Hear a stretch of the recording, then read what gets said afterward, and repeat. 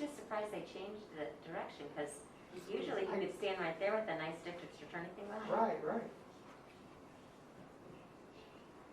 I should ask, oh, it hasn't. I think it's for the fast exit. I know, but that gave us more time for people Yeah. to walk it in. You don't want to take questions anymore. This is Just when roll you're out. done, you don't want to take questions, you pop Yeah, it up. totally, for sure. We just moved the sticker too.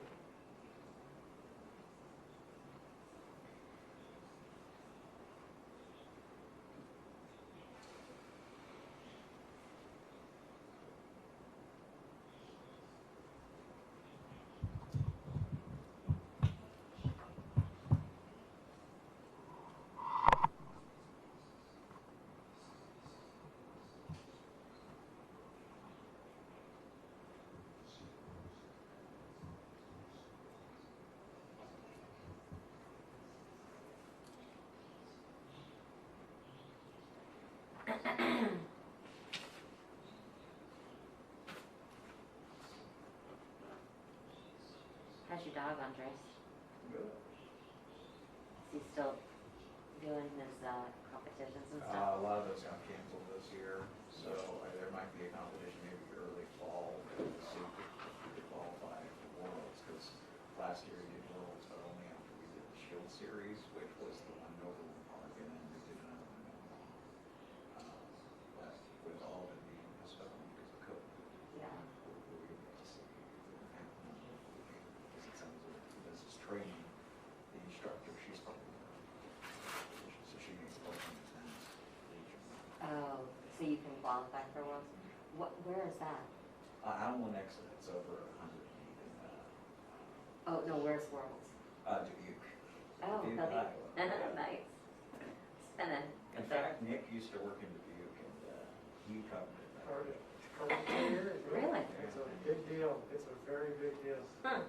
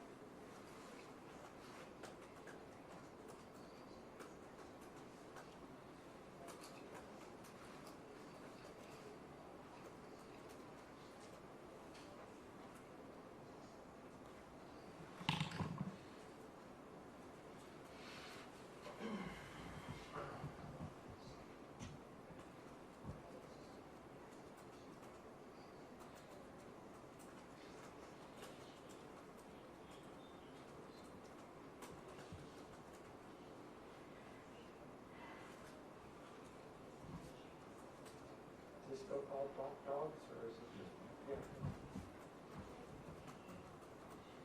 That's the world championship thing? Or just, That's the dog sport, it's called dog dogs. And you have a golden retriever? My dog just had a tumor taken out of her pancreas. Oh, I know, that was brutal. She's doing awesome. The cancer didn't spread, which is good. But I was taking her for a walk a couple weeks ago, and all of a sudden, like, her legs just started collapsing underneath her, and she couldn't walk and anything. And I think so. I raced her to the emergency vet, and her blood sugar was really low. So they found that she had this tumor in her pancreas that makes your pancreas make extra insulin. So blood drives your blood sugar low. So she had to have that taken out, and it's amazing. I mean, it's amazing what they can do for animals. I mean, they can do for animals what they can do for people, you know. So they took the tumor out, and the pancreas is easier to get to in an animal than it is a person. And her pancreas is supposed to start working like normal, and she goes on her merry way. Oh, sure. 11, she'll be 12. So she's getting up there, but you'd never know it. She's very energetic. And as a matter of fact, I took her to the vet about this, you know, they first didn't believe, they thought that the test was wrong because she's got so much energy. She's so energetic and happy and everything with her. That's, Sorry for the delay, guys. 5 minutes. But she doesn't have such a dog like that. Hey, good morning. Has a blood sugar problem. But, you know, 6 weeks, $600 later,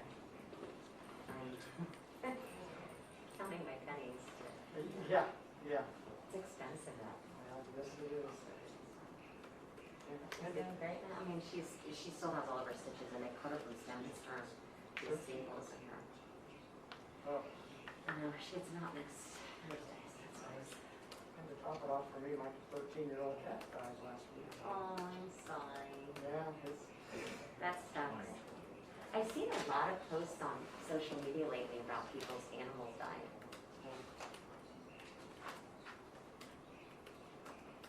Is that more are dying, or is it Facebook knows your life circumstances? And it's something. Well, I haven't posted anything about my dog on social media. But did you Google something? Did you speak around? I might have, Near your phone? There's conspiracy. yeah, right, the little man that lives in my attic. I may have Googled pink insulinoma, So it probably knows that. but these are my friends on Facebook. I don't know, maybe. Big Brother knows what's Big going on Brother. in your life. It's fake He news. the best genes you. Wow. Yeah, I Googled one thing one time, and I started getting all these ads about car insurance, so things came on. Yeah, I I- don't remember Googling, I think I asked somebody else about it when they started talking. Oh, really? You just asked somebody about it? Well, I think I Googled, Oh, but it was just like a one time, like a whim, I don't even remember what it was. It was Yeah. like, what if I, yeah, I can't even remember what the question was, and then all of a sudden, you start getting all this stuff. I have had the incidents. experience Yeah. before. Did I Yeah. Google that? I was like, maybe I Googled it, I don't remember. I have had the experience before I looked something up on my computer, just like, let's say like a, I don't know, a dresser or something I was Yeah. looking at. And then all of a sudden I start getting ads on Facebook for the same dresser. Yeah. But, You Googled it, Brian, I'll just tell you. Okay. You did. I'm sorry. Maybe I should switch to that crypto. Not nearly as cool anymore. Did you drop that go in? Okay.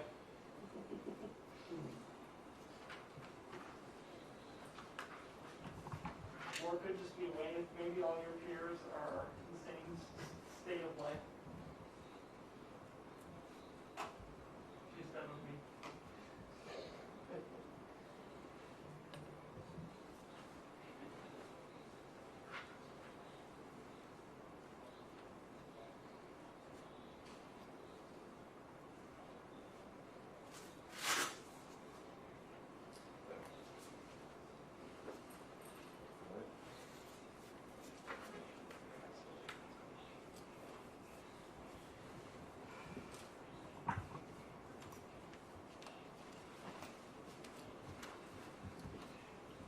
Are any of you, hold on.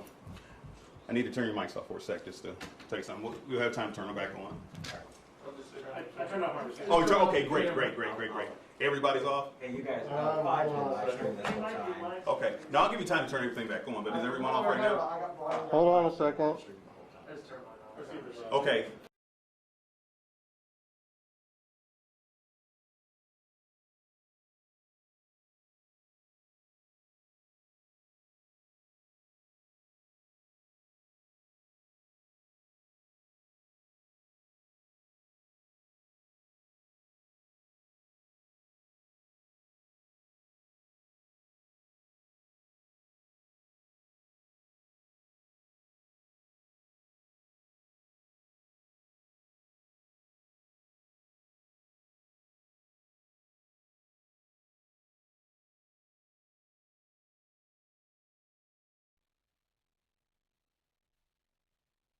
Just to make sure you didn't. he did. Well, I turned off my receiver. Oh, yeah. So if anyone wants to send any money to Shannon O'Brien for her daughter's fund, my PayPal is. Just give them your social security. Right.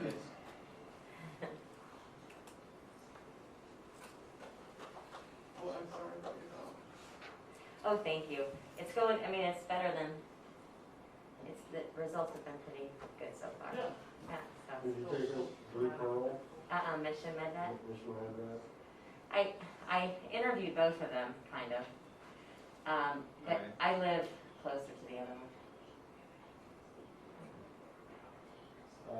I didn't know they were stringing on it. Some of them still are there. Could have been any of us.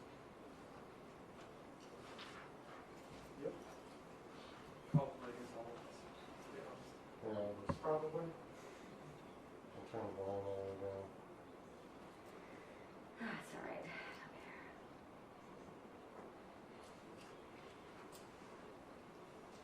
Surprised that was the big secret that it was on the streamed online.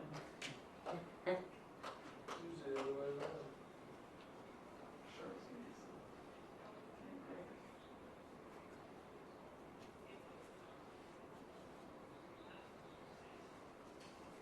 Okay.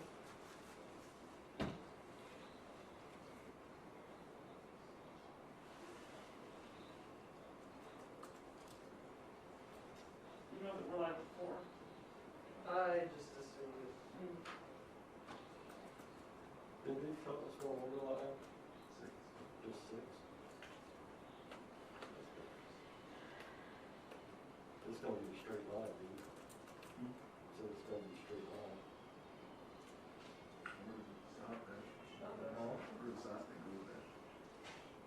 Well, or, yeah, the light outside.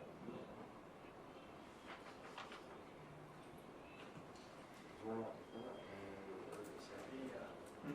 So we're not gonna get this thing out. It is 5:50. I'll say, it is. All right, 1 minute, guys. All right, I'm bringing my mic. Oh, hey, hold on. Can we create some space for this right here? I don't want to take anybody's things down, but if there's a way to, Let's just move them where you need them. I don't want to mess with anybody's stuff. Yeah. Just slide it over wherever. He's not, it'll work. Oh, sorry.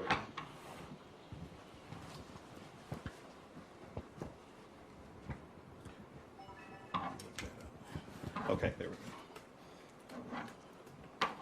Is it okay? Yeah, uh-huh.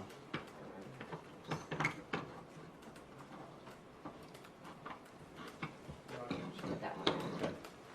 Okay, there's live right here. Can you still get me? Whoever has is live? I mean, I'd tell you, but I'm over here, so Okay. I'm sure it works. It's fine. Yeah, that's why we just cleared it off now. So do me a favor. So. It's fine.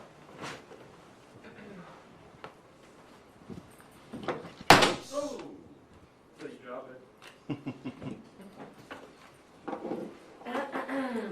wanted to know.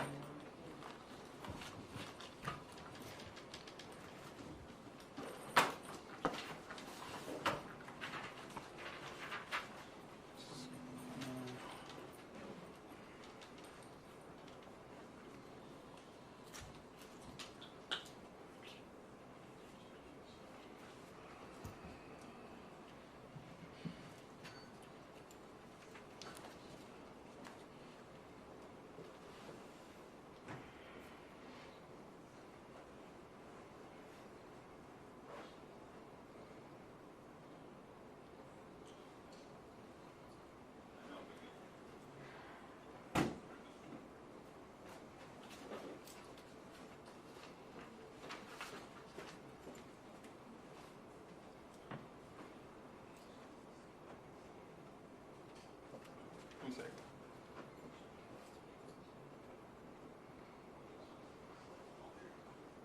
Michael York's still the KCK chief, isn't he?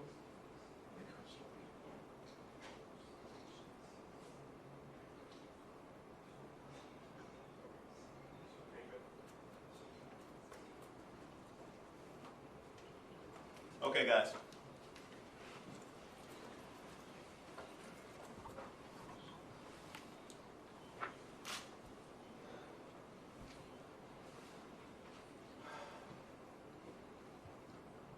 Good afternoon, everyone. I'm Mark Dupree, Wyandotte County District Attorney. This press conference is being held to update the community on a number of things going on within our law enforcement community and with our community in Wyandotte County. One of the items to discuss of late is the charges of an officer with the Kansas City, Kansas Police Department.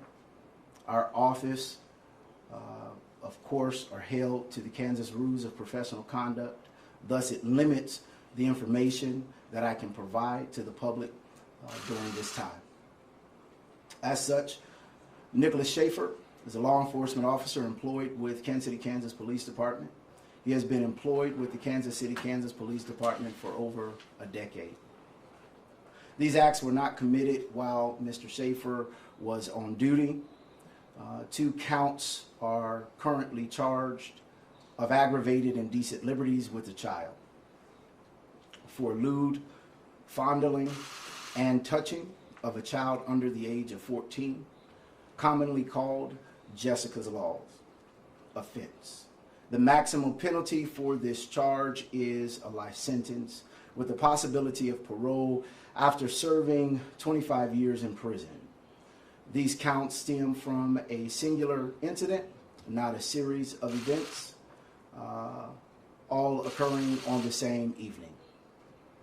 As with every defendant, Mr. Schaefer is presumed innocent unless and until found guilty in the court of law. He is presently being held in the Wyandotte County Jail on a bond of $250,000.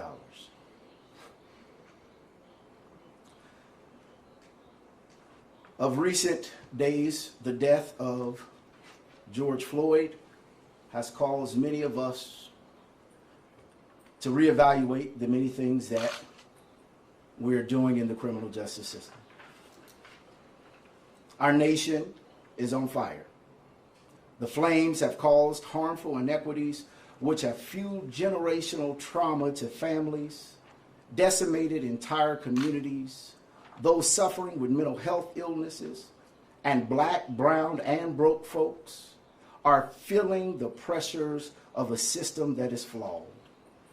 The smoke from the fire has all of us uttering the tragic phrase, "I can't breathe." Unfortunately, there are some that do not believe that this flame of racism, discrimination, cultural incompetence exists in our county, and in fact, some don't believe it exists in our country. This is simply not true.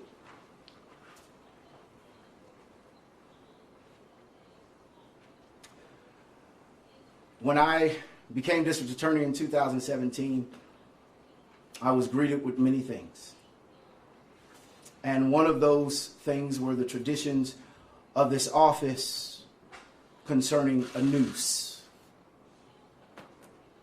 This symbol is a symbol that we in America know is a symbol of hate. Nooses were used to hang and kill over 5,000 African Americans in lynch mob fashion as an act of systematic terrorism against the African American community. There is a bill in the Senate called the Emmett Anti-Lynching Bill, which would make lynching a federal hate crime. Unfortunately, this bill has stalled in the Senate. Although you and I cannot personally make them pass this bill, there are impactful actions we can take by examining the environment that we have locally. In 2017, when I was greeted with traditions and policies that were passed on from administration to administration, passed down from prosecutor to prosecutor right here in this office. One of those traditions and practices was the passing of a noose.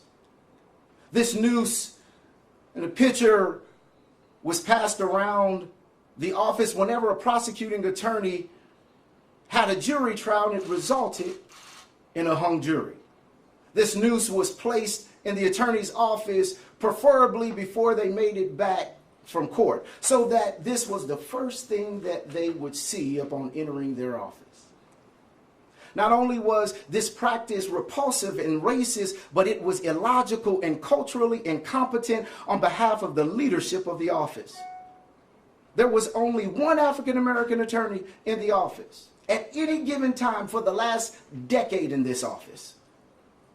As such, there is no way that the other attorneys could imagine or understand what that one black prosecutor felt when they saw that noose What others thought as funny, another felt as pain. As the first and only African American district attorney elected in the state of Kansas, I understood the severity of this offense. We immediately ceased this practice as culturally incompetent and wholly inappropriate. To treat a noose as a joke is appalling, and to not even question whether or not it was going to cause cultural offense.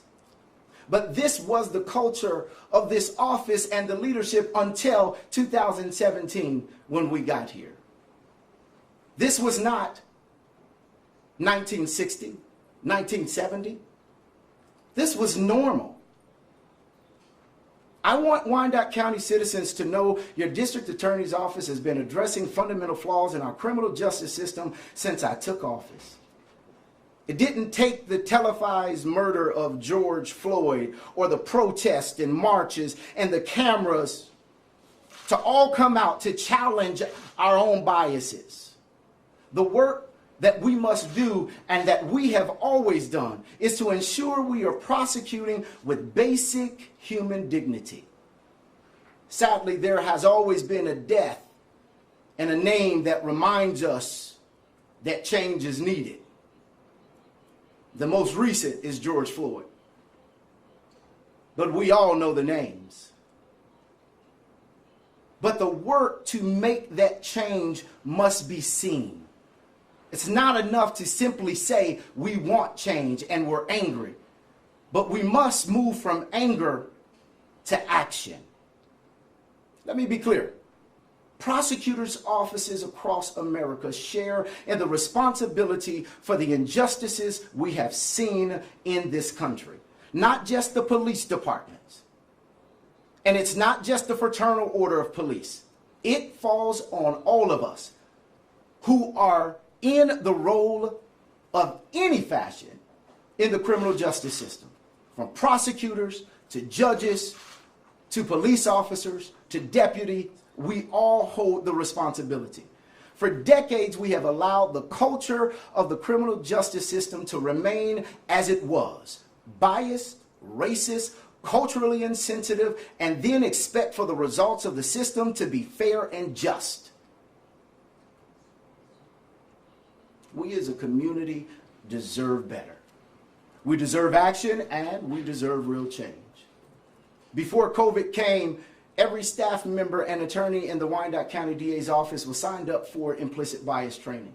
This training was to be completed the first month that COVID came. However, it is now set to be finished on July 1st.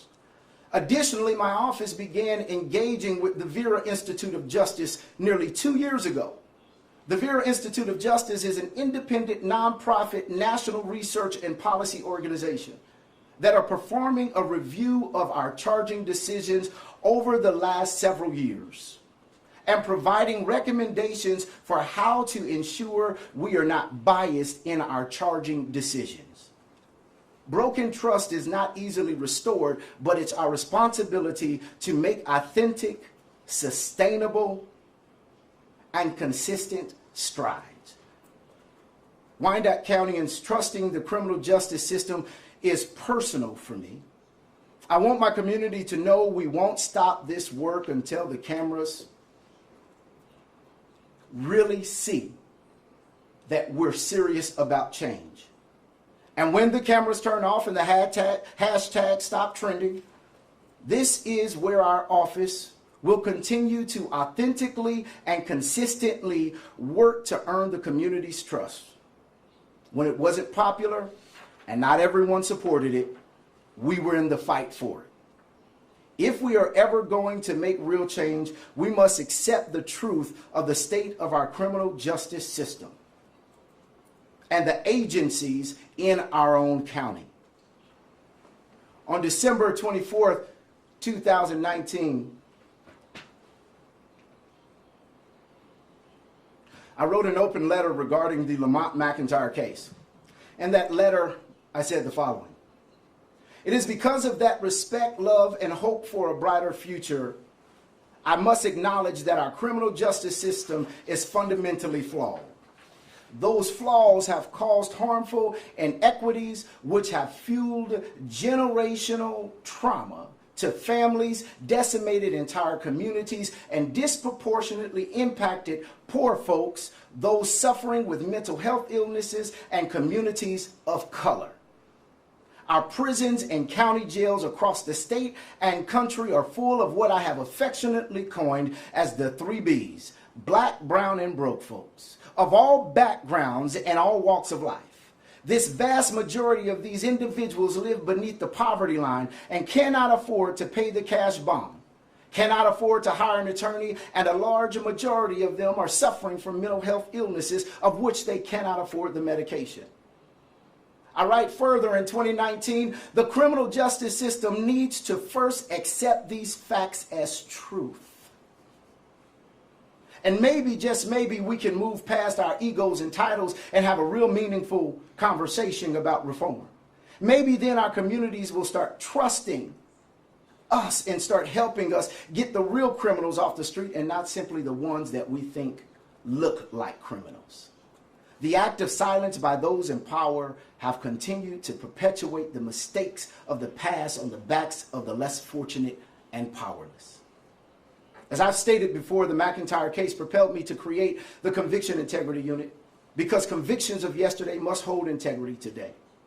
We had to fight for this unit as the system did not want to change. When the cameras were not rolling and the light was not shining on the issue, this unit had to continue to fight. Though the unit was about fairness and integrity and transparency, there were those that met the fight for transparency and integrity right here in our county with blunt force. And that force came from the Fraternal Order of Police of Kansas City, Kansas, and some law enforcement officials. A letter was sent to law enforcement officers all across the state, and from the retired law enforcement to the retired law enforcement community. And that letter stated a few things, and I'll read in part.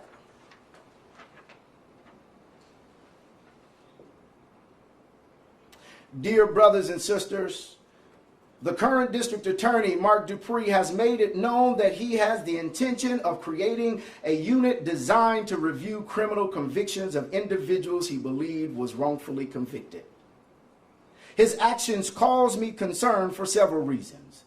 Mostly, I cannot help but believe that he will be reviewing how the investigation was handled by our officers and looking for potential criminal wrongdoing.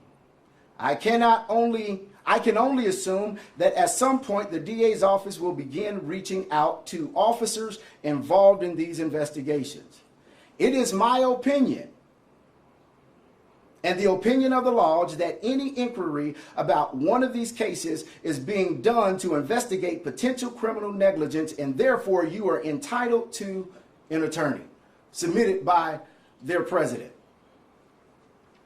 Despite their letters of going and saying we oppose and we fight against it, the community pushed and we were able to secure the funding for the Conviction Integrity Unit.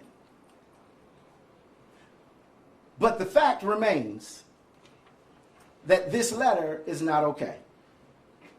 Here in our county, police were telling other police not to cooperate with the district attorney or its investigation, or he may be coming after you. This was what was put out there.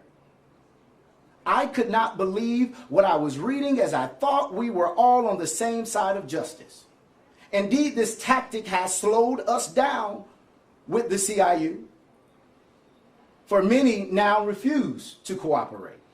But it is not the thing that is going to stop us. We have done great work so far, and we can do so much more. But I am encouraging all law enforcement agencies and the Fraternal Order of Police of Kansas City, Kansas, to let's work together in this moment We have an opportunity to stop fighting one another, but to help each other and to help the citizens in our community.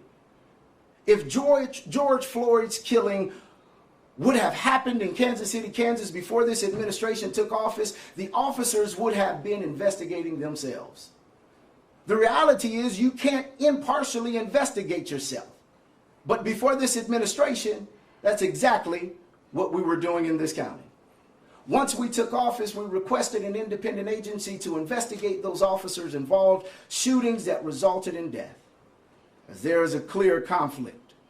But once again, change was met with blunt force from the Fraternal Order of Police, law enforcement leaders, and others. The system did not want to change, but we fought. It took nearly 2 years of complete stonewalling, threats of running individuals against me as the DA, and threats of no law enforcement support concerning important cases, but some change did come. Now the Topeka Police Department comes in to jointly handle the investigation with KCKPD. My office is present for the interviews of the officer-involved situations. This joint investigation was a much needed change and a move into the right direction. But we have to continue to move forward. As racism and discrimination has been here for a long time, and though sometimes we feel like just stopping, imagine those who have felt the blunt force of racism in this country and in this system before we're so quick to move on. And how long have they been waiting? The public's perception of transparency and accountability in law enforcement investigations is critical to the police community trust.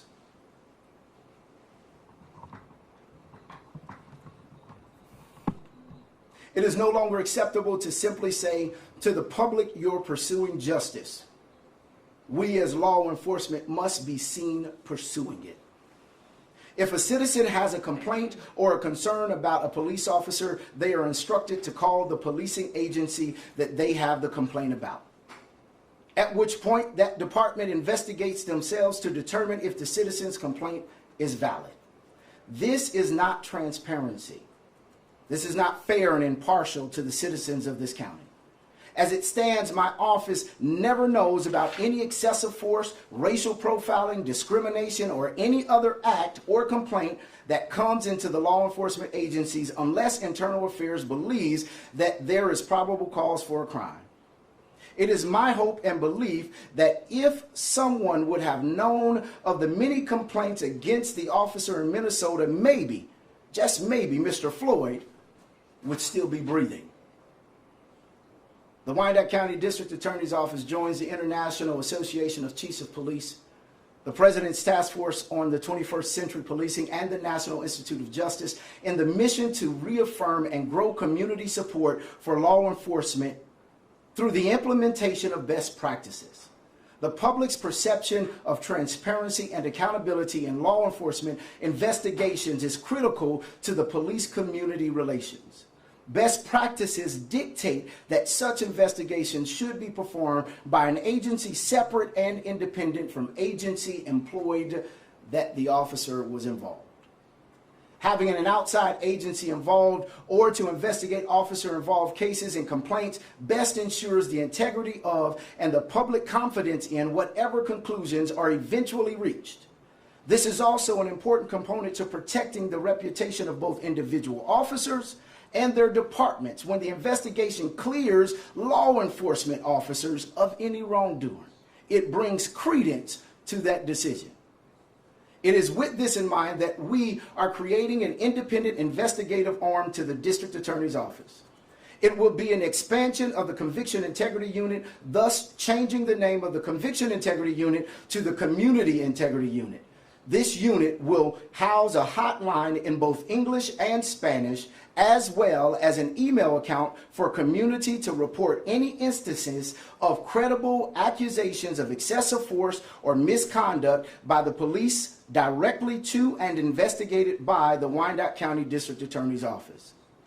As of today, I have made my formal budget amendment, requested funding for an additional 3 certified law enforcement officers for this unit who will serve as investigators in the Community and Integrity Unit. Their sole job will be to handle these investigations. This unit is not a new concept, as there are multiple states and counties that have them, the gold standard being San Francisco. If we are to really bring about systematic change, we must change the systems that have allowed the act of a few bad to go unseen and unchecked.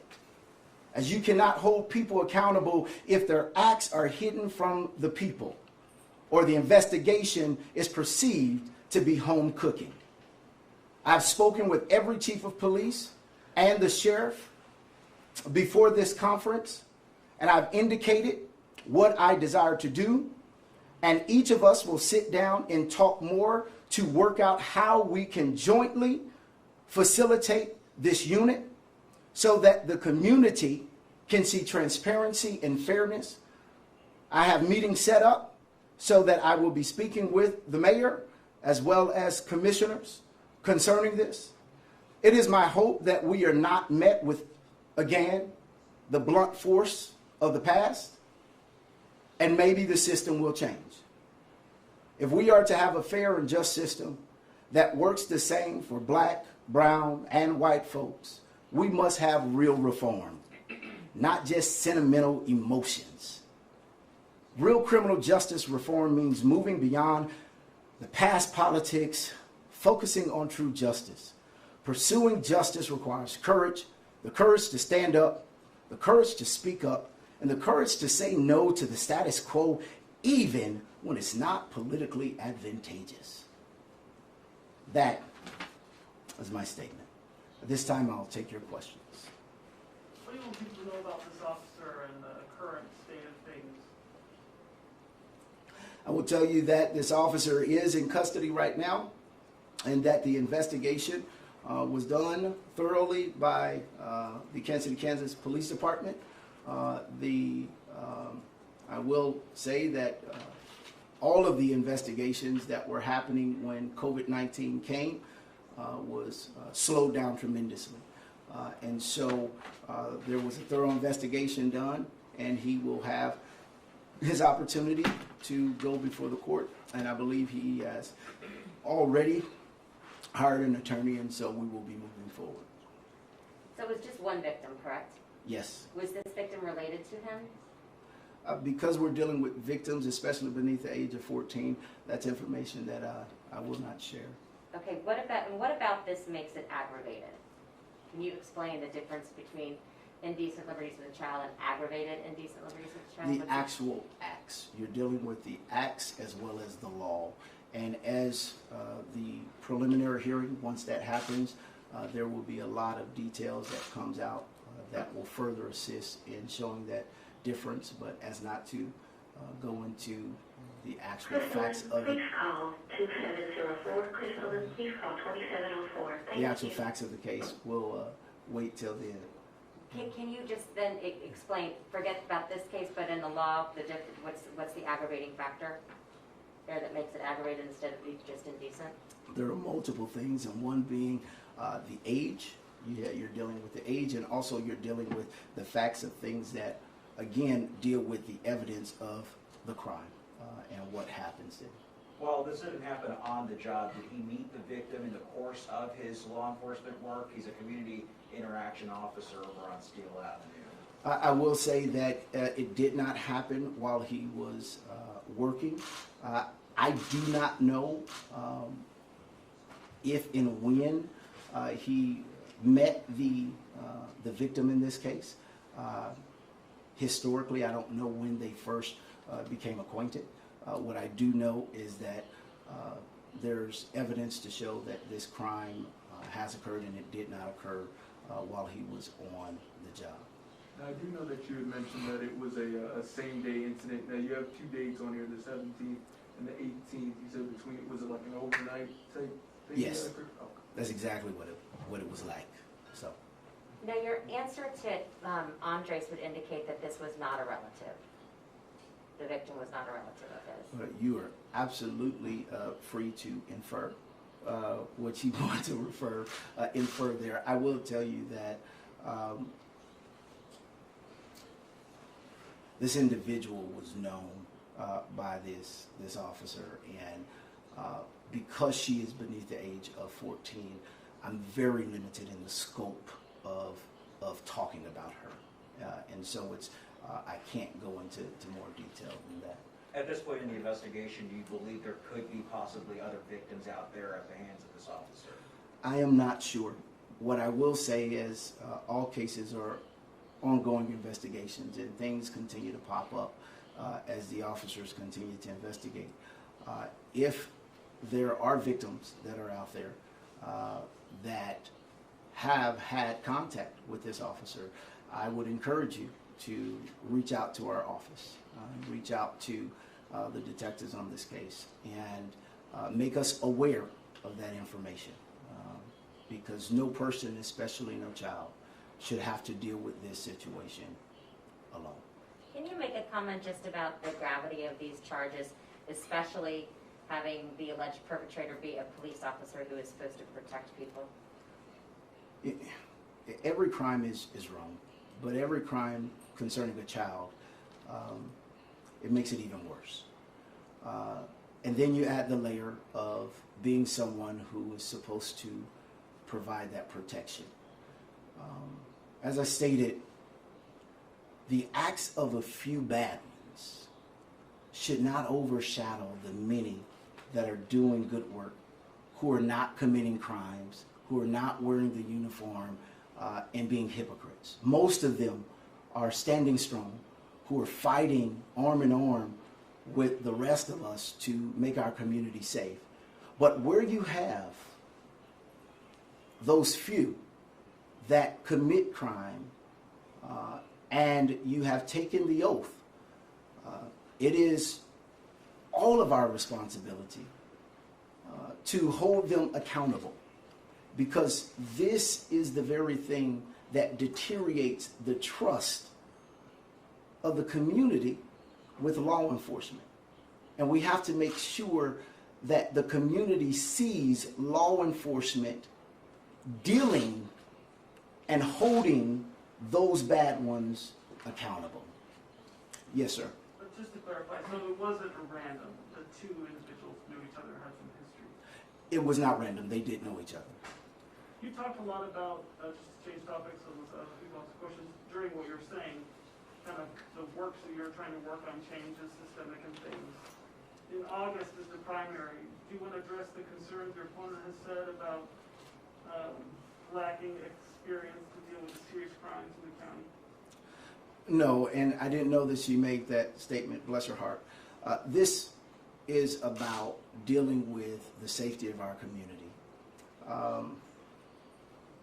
We have to make sure that we are focusing in on what is best for the people, not what's best for our politics. My record is clear. My experience is clear.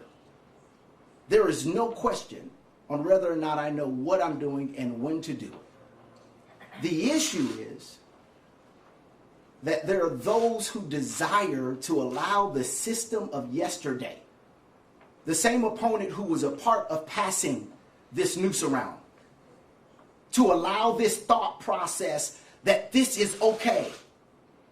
The same opponent who is backed by the very people that at times he may have to investigate. Which is why I said I will not, and I don't think any law enforcement officer should give to a political district attorney or even a judge. Because when it comes down to investigating police, when it comes down to investigating those who I may have to go and ask for funding for my campaign or backing from their union to knock on doors, there is an appearance of impropriety. And of course that's who she's backed by. Because the system wants to stay the same. And that blunt force has to change. And the only way that we can make that happen is if we stop being political, and for goodness sake, one time, let's focus on the people. and not just getting a doggone title so you can feel important. Two more. Yes, sir. Yeah, along with Channel 5. My question is, although very, very elegant and polite, it really sounded like what you said in your statement is that you're firing a shot across the bow to the FOP and to the law enforcement community to let them know that enough is enough. That's what is that what, did I? I'm not firing a shot, but I will take your exact terms on the back end. Enough is enough. Yes. In order for us to have real change, we have to have a reality check. You see, the protests are good, and I'm all for it. And let's do it, and let's continue to raise our voices to it. But to have actual change, we cannot continue to have an illusion that our system is fair. We can't have an illusion that we don't have officers right now with a litany of complaints concerning racism and excessive force and all other issues. But there are contracts with the FOP that forbids that information from being known to the public and from us. Which means I, as the district attorney and the community, cannot hold them accountable because of a contract that is signed. The public needs to know these facts. This is not about politics. I could care less. God put me here, and that's the only one I'm concerned about. We have to focus on the facts of what is happening and stop acting as though everything is okay. There is a reality, and in Wyandotte County, that reality is what I just said. And I believe that now is the time for all of law enforcement, including FOP, to join hands with me doing this analysis of what is wrong, and then being courageous enough to go against tradition, and let's fix it together. Last question. Yes, sir. Your conviction integrity unit that you mentioned, can you talk about how many cases they've reviewed and investigated, and has anyone actually been exonerated out of? I will tell you, I can't tell you the amount. I will tell you that it has been fluid ever since the budget was passed, and there has been over 60 cases that have been reviewed, many of which that have been found to have no credibility, but others that have found that there is substance. And there is, in fact, one now that a judge has recently reviewed, and there is a hearing set to have an evidentiary hearing to figure out whether or not there was probable cause to believe that a manifest injustice exists. Thank you guys for your time. Can I ask about 2 other law enforcement cases, Mark, that you have on your desk right now? No. When the cases come, Yeah. after the investigations are done, then I'll consider all of those. Well, there's one right now for a civilian employee of the PD, of the KCK PD, that was